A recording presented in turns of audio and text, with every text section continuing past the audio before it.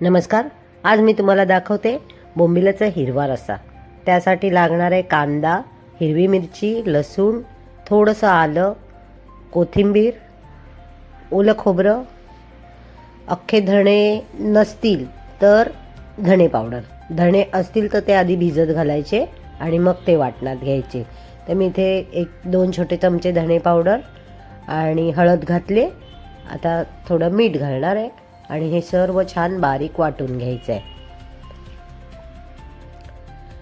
याची छान पेस्ट करून घ्यायची बारीक. आणि आपण याच्यामध्ये अर्धा कांदा घातलाय आणि अर्धा कांदा फोडणीला ठेवलाय. तर इथे छान आता थोडंसं चेक करून पाणी घालून लागेल आपल्याला तसं वाटण करून घ्यायचं. मच्छीच्या कालवणाचं वाटण जे असतं ते नेहमी फाईन म्हणजे एकदम छान बारीक वाटून घ्यावं, म्हणजे मग ते खूप टेस्टी लागतं. जाड असेल तर त्याला मजा येत नाही.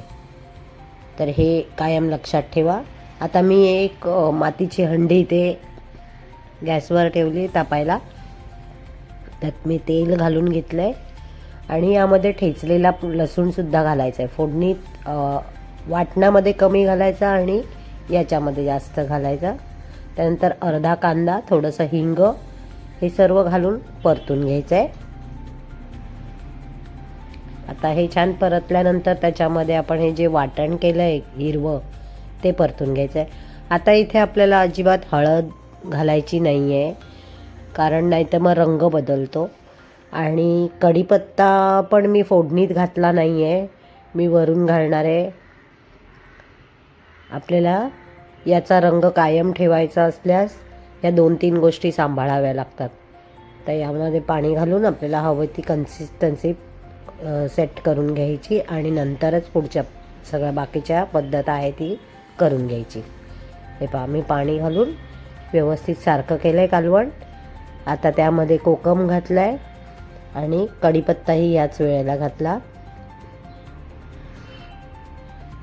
हे सर्व एकत्र करून छान उकळी काढून घ्यायची आणि मीठ बघून याच वेळेला या स्टेजला मीठ बघायचं किती हवं आहे किती नाही. आणि मी इथे एक साईडला बोंबील मीठ आणि हळद लावून ठेवलं होतं, तर त्यामुळे मीठ घालताना जरा थोडं सांभाळून, कारण आपण वाटणात पण मीठ घातलं आहे. आणि खूप उकळायला लागत नाही, 2 ते 3 मिनटामध्ये गॅस बंद करायचा. आणि यात ही तर मातीची हंडी आहे, ते गरमच राहतं. तर कसा वाटला आजचा व्हिडिओ सांगायला विसरू